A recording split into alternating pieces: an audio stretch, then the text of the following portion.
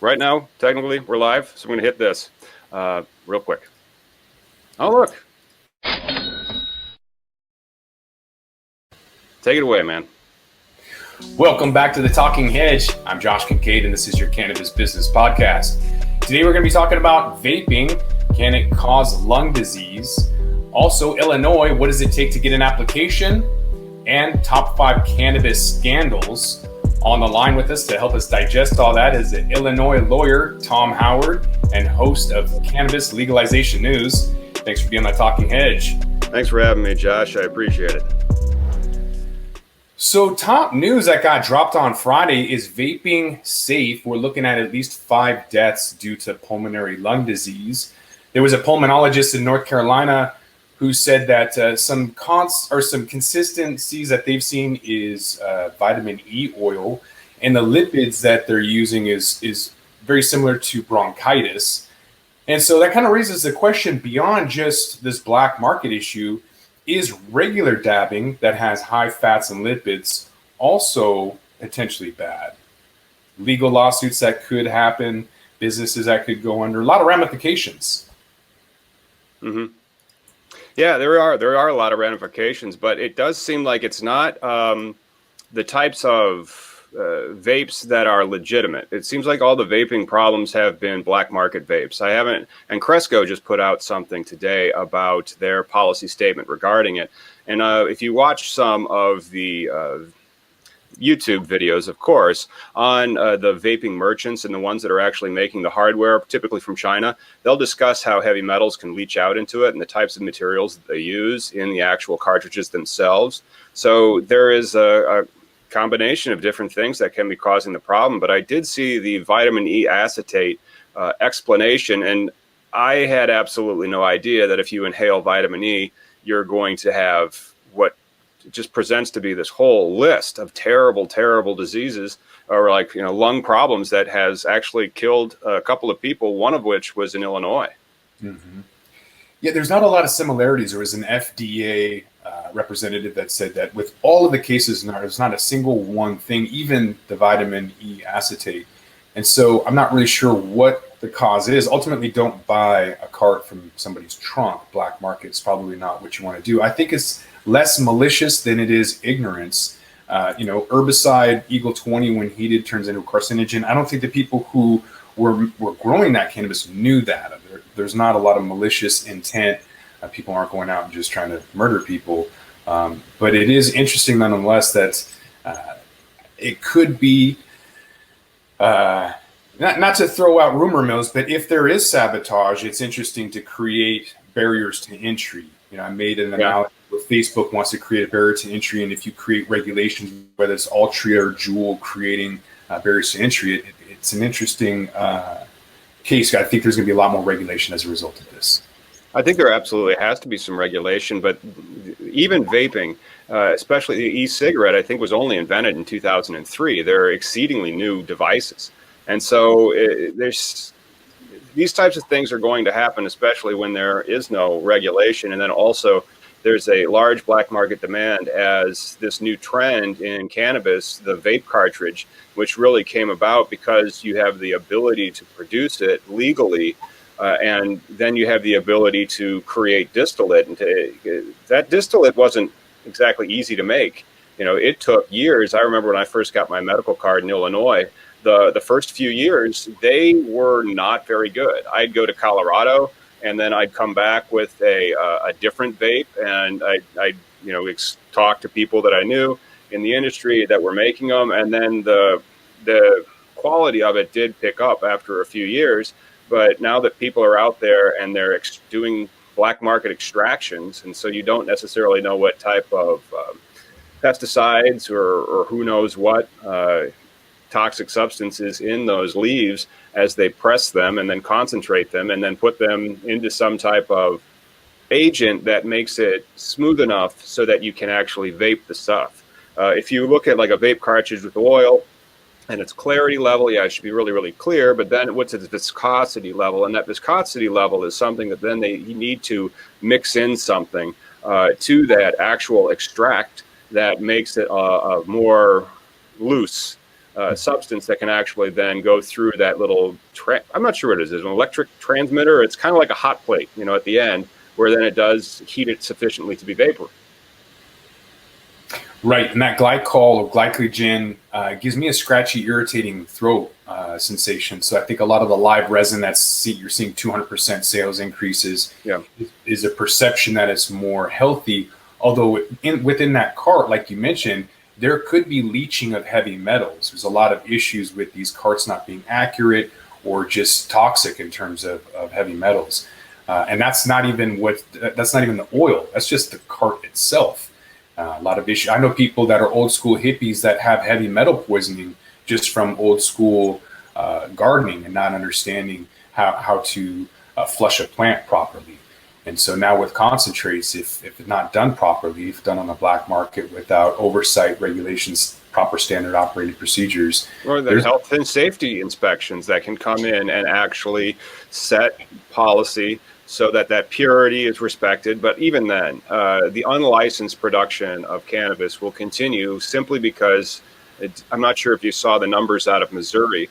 The exclusivity that came from a finite number of licenses, very small, pushes the price up. There was approximately 192 dispensing and 60 cultivation licenses, plus a few other testing and maybe some distributing medical cannabis licenses in the state of Missouri. They got over 2,100 applications because if you win, you're a millionaire. And they know that. And so why not roll the dice and try to win and create the best score?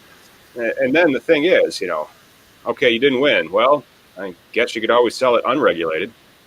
Well, that's a good transition into how to get into Illinois. So there's a Yahoo Finance article that if you want to apply for an Illinois cannabis store license, you got to start with a list of what to do. So they break it down into like 5 different things on how you should begin. Being an Illinois business attorney, I figured the perfect person to kind of break these down for us. So the first one is to locate a city property for the retail cannabis establishment. Obviously, location. Right. Are you seeing somewhere like where I've seen in Phoenix where a license went for $20 million? Are you seeing specific areas that are commanding more than another?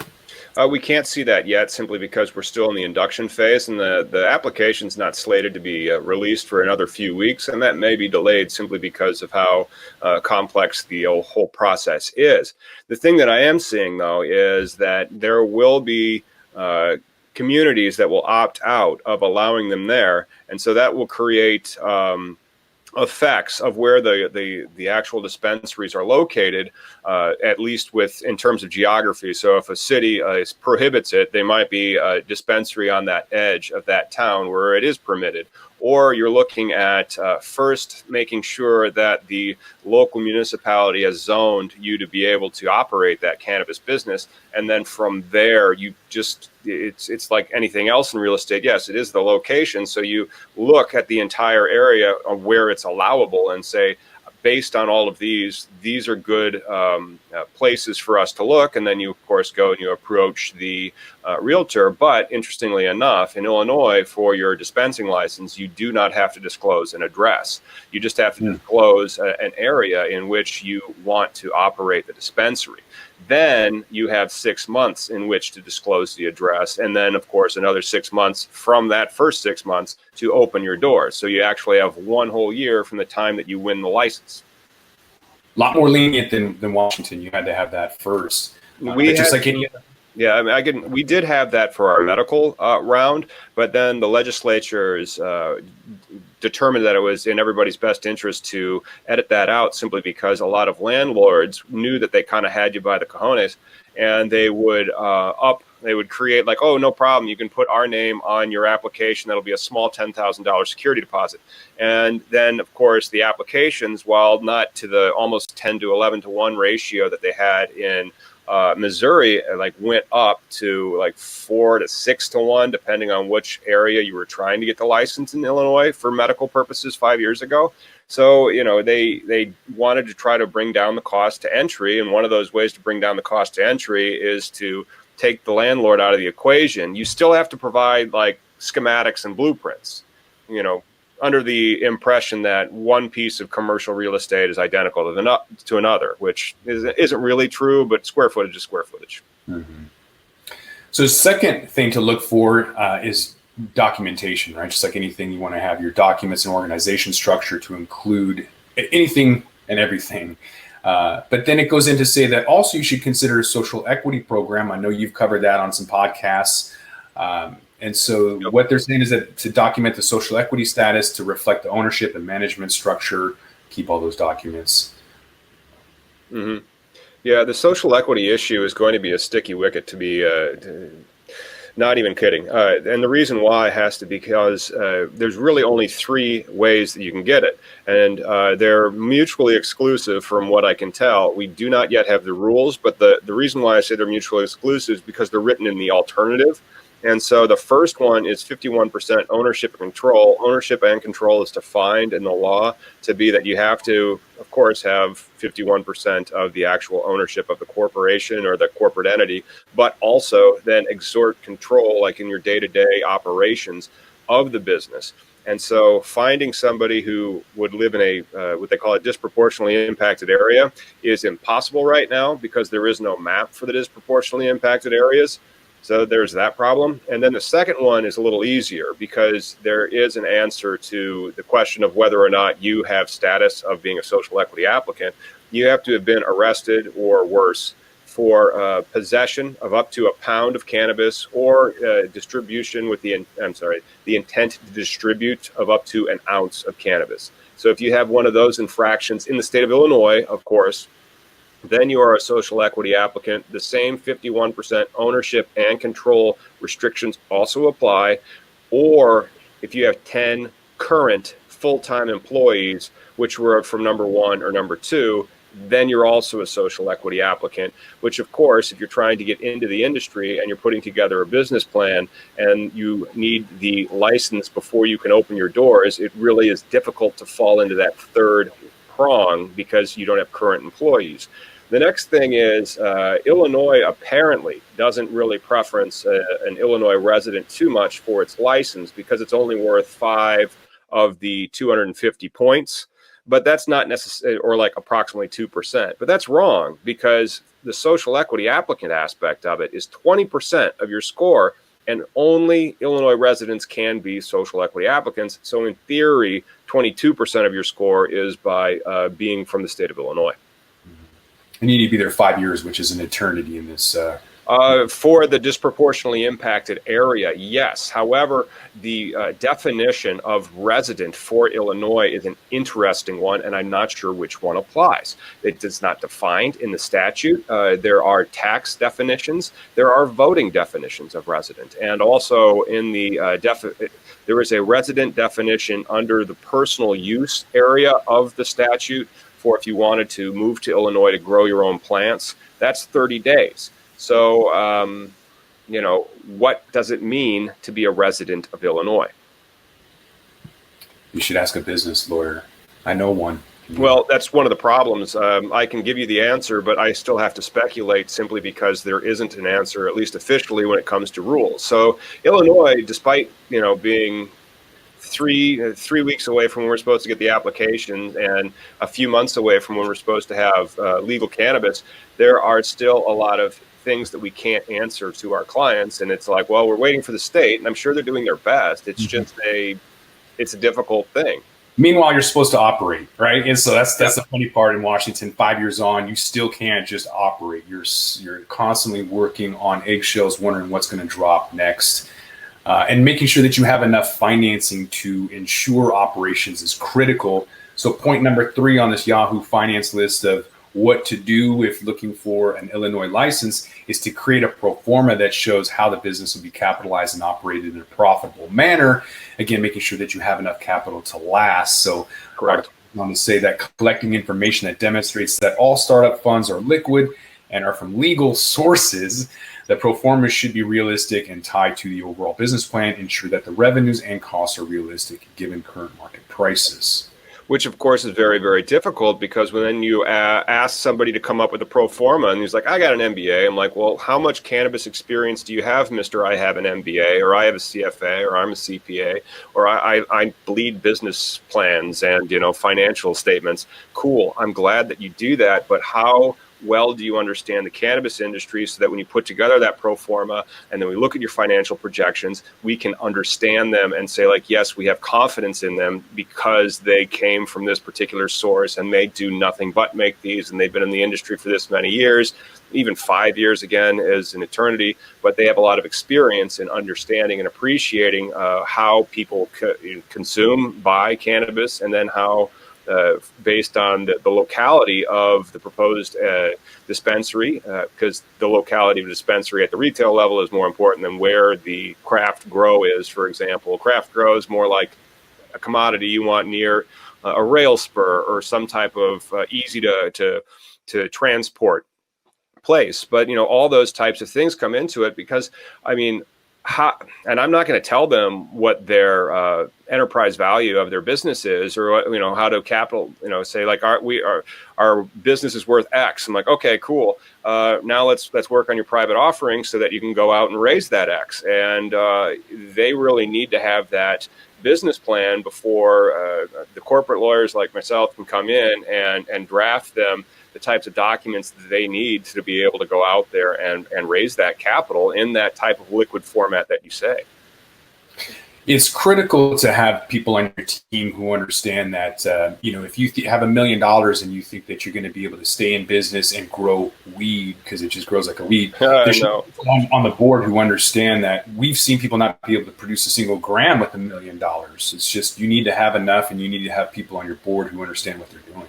That's right. The operations issues when it comes to cannabis at all levels. I mean, it's not, you have to have a very good understanding of how the genetics work so you can get a very strong mother. And then you also have to understand how all the cultivars are different, because they all want different types of food, or they all want to be, fed or get aerated different, or the amount of carbon dioxide. And then after they're harvested, how long do you have to hang cure them? How long do you actually have to cure them? How much do you have to burp them? And then, how did you trim them? All those things. There's just so much stuff that people gloss over. And the reason why it's a green rush or any other type of these boom bust cycles that we have, where there's an immense amount of greed into the factor, people tend to kind of skip over all the steps that are required to do the operations to make those types of cash flows. It's like, I get licensed, I'm rich. I'm like, no, you're missing several integral steps, bro. But that's why people, I think, are doing a lot of education on the subject, and trying to how do you standardize practices in an industry that's 3 minutes old? Mm-hmm. One thing you don't want to skip on is security. So the fourth point in this Yahoo Finance article about how to apply for an Illinois cannabis store license is to create a security plan that incorporates the findings of professional security consultants. Right. Make sure that the security features are outlined on your site plan and include the requirements from the local municipality where the cannabis dispensary will be located. And the security plan should include controls that will be used to ensure the records are safe and unalterable. Yes. Yes, and those safe and unalterable, a lot of that is digitization, but and at least I know it's for the dispensing. I'm not sure, but it would not surprise me if the other types of cannabis license also need a contract with one of these types of security consultant providers. And it's exceedingly important, because the amount of security that they have built into the cannabis plant, at least in the state of Illinois, is very, very great, as probably even greater than it is in Colorado. Definitely greater than Washington State and in California, because of the amount of surveillance that needs to be built into the systems. Moreover, they have, what is a secure locked facility as they defined it. So, when you, and I was just at the dispensary the other day, they have safes and lockers. I mean, the product, it's not like going to a dispensary in other legal states. The product is not behind glass. The product is in a safe. And so you can't even see the product. You can't smell the product. There are no smell jars. There's nothing like that. The only thing that you're able to do is say, I want this, and then they will give it to you. But you're not allowed to open it. You're not allowed to do anything. All sales are final. And that helps with the inventory control, because then everything's already pre-packaged. And so it's easy to itemize an inventory. You have SKUs even, so you don't really have to say, well, I bought this bulk flower and then we turned it into this many joints, or no, you don't, none of that. But you still need to have those safes that aren't cheap. And then at the end of the day, you need to wheel those safes back into your enclosed, locked facility that is additionally secure. Maybe you have it, made in what do they call those, cinder blocks or something that's just really, really hard to break into. Mm-hmm. Yeah.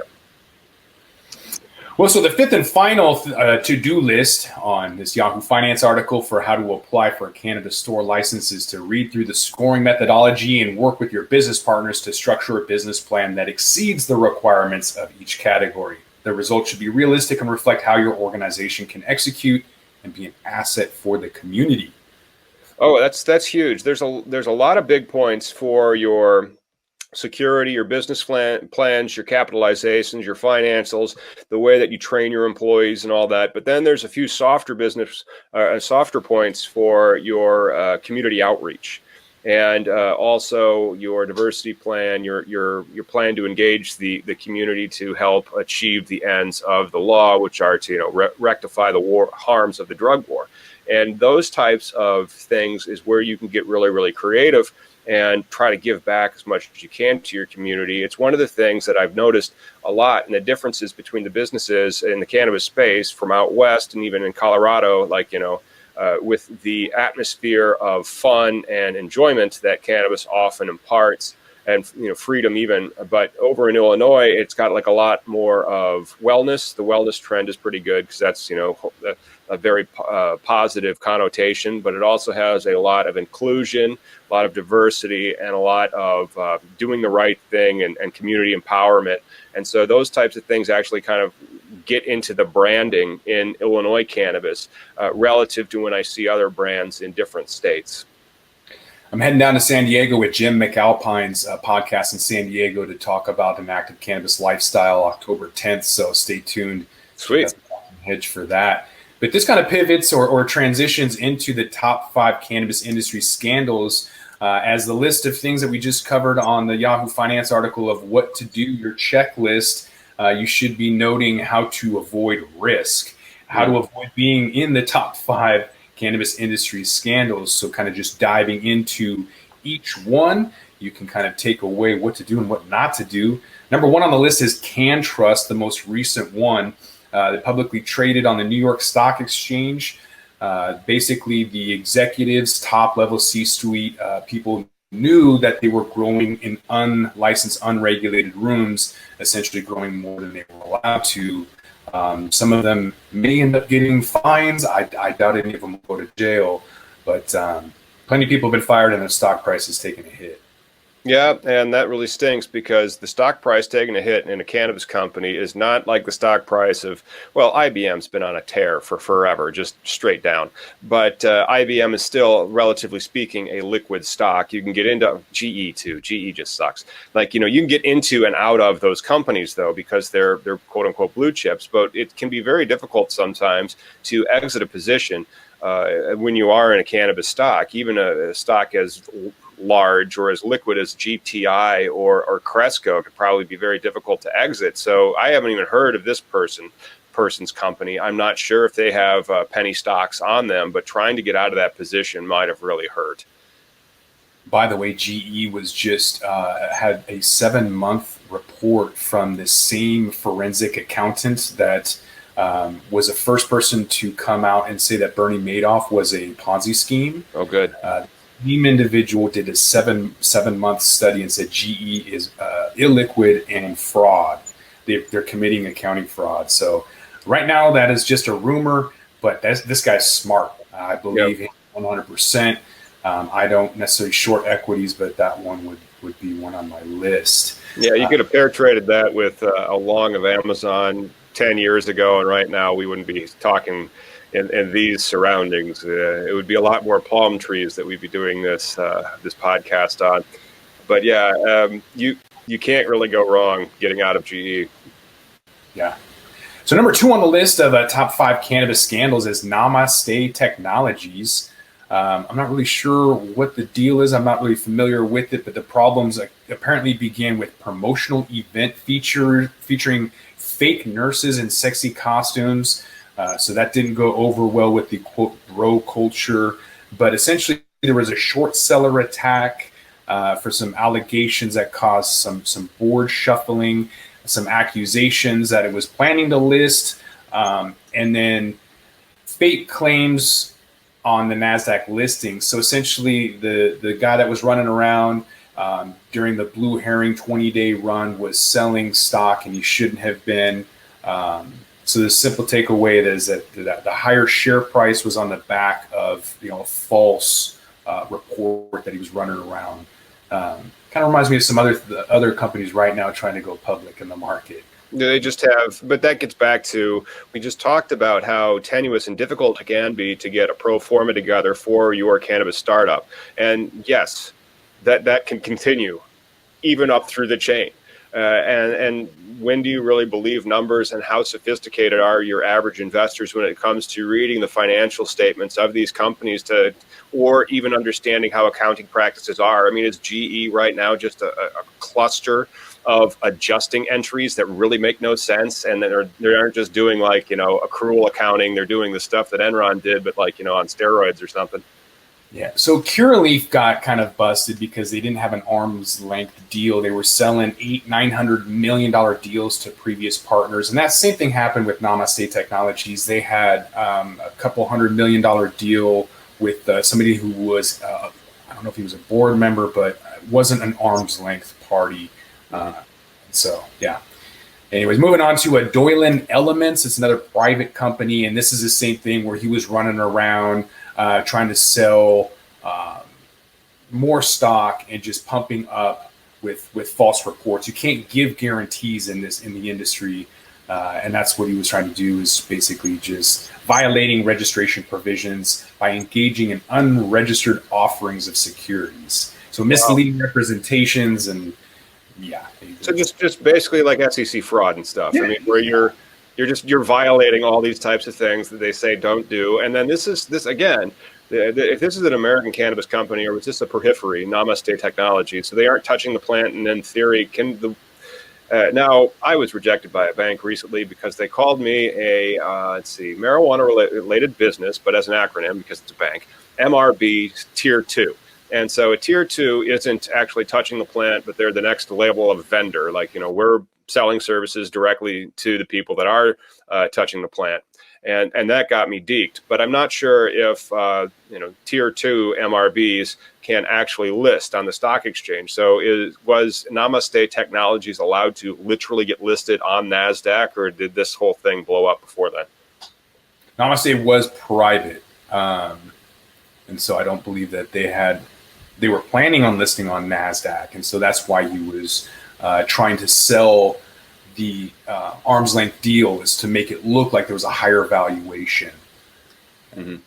Yeah, they'll do that. I mean, that's part of the game, because higher valuation usually means more money.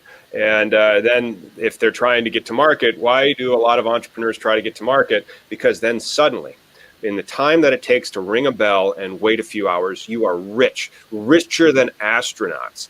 And the only thing you had to do was lie through your teeth and then shop a whole bunch of money, which those investors may have believed, but that is some of them, like Sarbanes-Oxley from 2002, where what did you knowingly say? And that's one of the reasons why, we had a consensus, but we didn't really know anything. Is a terrible defense. However, it's can't either. Yeah, I know. That's just the way that capital moves, and that's one of the reasons why you have these types of oversights. But you're not supposed to cook your books. You're not supposed to make your numbers say what you want them to say. You're supposed to make your numbers say what you believe you have a reasonable factual basis for them to say. And that's mostly, there's most fluff and BS before you're actually able to be public, because the amount of reporting requirements that you have to go through after then is substantially more. However, seriously, Beyond Meat is not worth what it is. That it ran up a lot. It's a great, wonderful story. I would short the heck out of it. I'm not sure if it has enough float to do that, but it's not worth a 500% run. So it might taste good, but I don't know how healthy it is. I've seen hemp versions, and when we tested it, it was really high in sugar. And so if you have this product, it could taste like meat, but if it's not healthy, then even if it's plant-based and number one ingredient is sugar, it's not going to get the traction it deserves. So yeah, I would short it too. I don't think it's going to last. Tradive is number 5 on this list of cannabis industry scandals. Tradive was an e-commerce site out of Colorado. They were a competitor to a company that we were starting up in 2017 called Xylem Marketplace, an e-commerce site started by a software development engineer from Microsoft who developed a Halo video game. And then I met him when he was at Amazon. And we went out and we got 75 LOIs in 2 days. People were really excited. We went up to Alaska and Spokane and Portland and Colorado, got all of these people interested. Never got off the ground. That team got distracted by a shiny squirrel that ran somewhere. Good. But Tradive ended up being successful. Problem is they started diverting product and selling it to the black market. So they were scaling up. They were getting really big. I didn't understand how or why. And then it came out where their California team was selling to the black market, and they just had to shut everything down. That's strange, man. I haven't heard of that, but yeah, there's going to be a lot of tomfoolery in this industry, even with the amount of regulation. And so the amount of the regulation seems like it's really, really high to get in some locations. Illinois is one of them. Missouri is another one, where the barrier to entry is really high. But then you just have to buy the license after somebody won it, if you can buy it. And, they aren't going to look at your...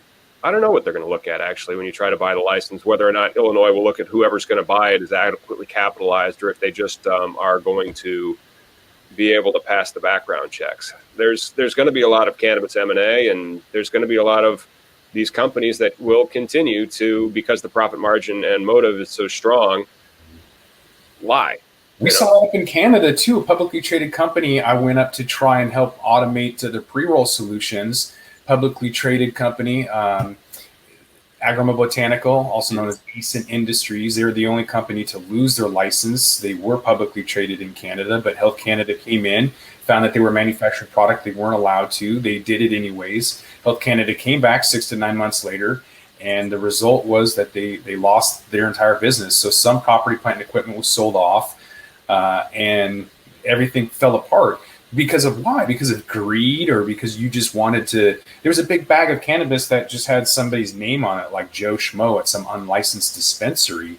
And then rumors that some biker gang was involved too up in Vancouver, BC. So I don't know anything about that, but I do know that that was a huge scandal. It should have been on that list. A lot of people lost money, including friends and family around. Feel really bad for some of the executives who were in charge, because they bought brand new houses, had babies, thought they were moving in one direction, and then a 180 kind of hit them in the face.